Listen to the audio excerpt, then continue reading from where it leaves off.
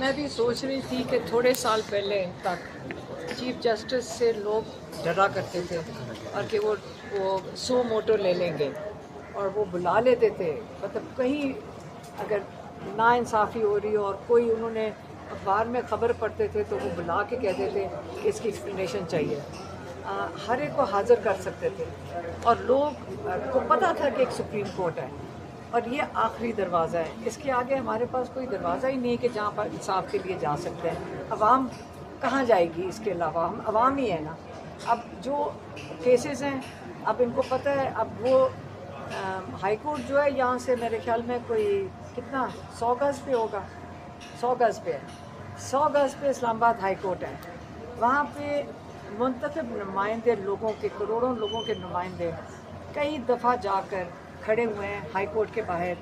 वो जब से ये जनवरी से ये चीफ जस्टिस डोगर को लगाया है, उनको ख़ास मेरे ख्याल में जैसे इमरान खान कहते हैं लगाया इसलिए गया है कि अब उन्होंने 8 महीने, ये इंसाफ के तकाजे तो नहीं पूरे होते कि उनको 8 महीने केस ही ना लगाया जाए।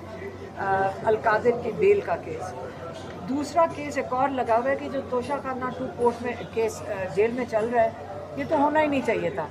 अब ये तो इंसाफ के तकाजे कहते हैं फ़ौरन सुने। एक अपील डाली गई है कि आप ये केस डबल जेपटी का आप ना सुने। तो ये तो ऐसे केसेस होते हैं जिसमें तो कोर्ट फ़ौरन उसको लाइन के आगे खड़ा करके कहते हैं कि वो ये हमारे अदालतों से अगर कोई कोताही हो रही है तो सबसे पहले वो केस सुने जाते हैं। ये तो कोई मिल मिलाकर ही नहीं सुन रहे। अब हम आज फिर गए थे, खोसा साहब भी साथ थे और ये वहाँ पे वो चीफ जस्टिस के पास गए, डोगर साहब के पास। उन्होंने कहा कि जी मैं 25 तारीख को 25 सितंबर को अलकादिर केस बेल हियरिंग लगा लूँगा। ये उनको कमिट किया खोसा साहब, लगा दी है। और दूसरा तो शराना तो है वो वाला केस है। कल हम सुबह जाएंगे, सुबह 9 बजे ये अर्ली हियरिंग के लिए। अब वो अगर ये आपको पता है कि हम उन 2 केसेस के लिए जब ये ऊपर गए खोसा साहब, तो प्रायोरिटी तो chief justice of supreme court की यही है कि इंसाफ के तकाजे कहते हैं कि आप पहले ये केसेस को सुने। ये जो नाइंसाफ़ी हो रही है इसको नहीं होना चाहिए। और चीफ जस्टिस को नहीं जाएंगे तो हम कहाँ जाएंगे? चीफ जस्टिस को यही कह सकते हैं जी, चीफ जस्टिस अफरीदी साहब, अवाम इंसाफ की मुंतज़र है। मैडम आपकी मुलाकातों के हवाले से भी बात हुई चैम्बर में चीफ जस्टिस चैम्बर की तरफ जाना चाहती थी, वहाँ पे खत देना चाहती थी, क्या वजह है आपको वहाँ पे रोका गया? थोड़ा सा अंदर कहा। हालांकि हमें जहाँ तक पता है अदालतों का, दुनिया की अदालतों का जिनको हम कॉपी कर रहे हैं, हम दुनिया की अदालतों को ही कॉपी कर रहे हैं। ये सिस्टम पाकिस्तान हमारे मुआशरे का तो नहीं था, ये तो बाहर से हमने इम्पोर्ट किया। इंग्लैंड में आप जाएं, किसी अदालत में किसी वक्त आप जा सकते हैं, टाइम लेकर आप खुद जज को भी मिल सकते हैं अगर आपने जैसे पिटिशन पेश करनी। तो ये पाकिस्तान में तो इतना पैरा दिया हुआ है अदालतों के गिर्द, तो इतने बड़ी वो पैरे लगे हुए हैं, आवाम तो यहाँ आ ही नहीं सकती है यहाँ तक। आपकी इमरान खान से मुलाकातों के हवाले से भी कुछ चीफ जस्टिस साहब से बात हुई है?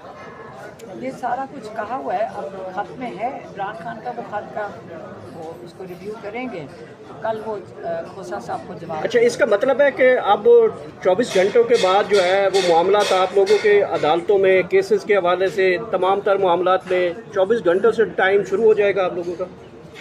अभी क्या टाइम है? 3 बजे।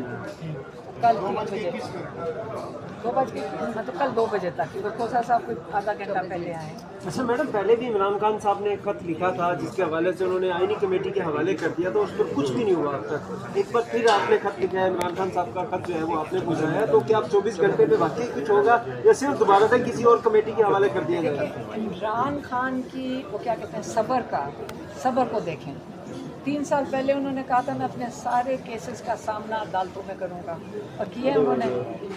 उनको सबसे बड़ी मैं जो कहते हैं ना कि पहचान और उनको दाद देनी चाहिए। इमरान खान ने कभी कानून के दायरे से वो खुद नहीं निकले। उन्होंने कहा मैं अदालत में जाता रहूँगा।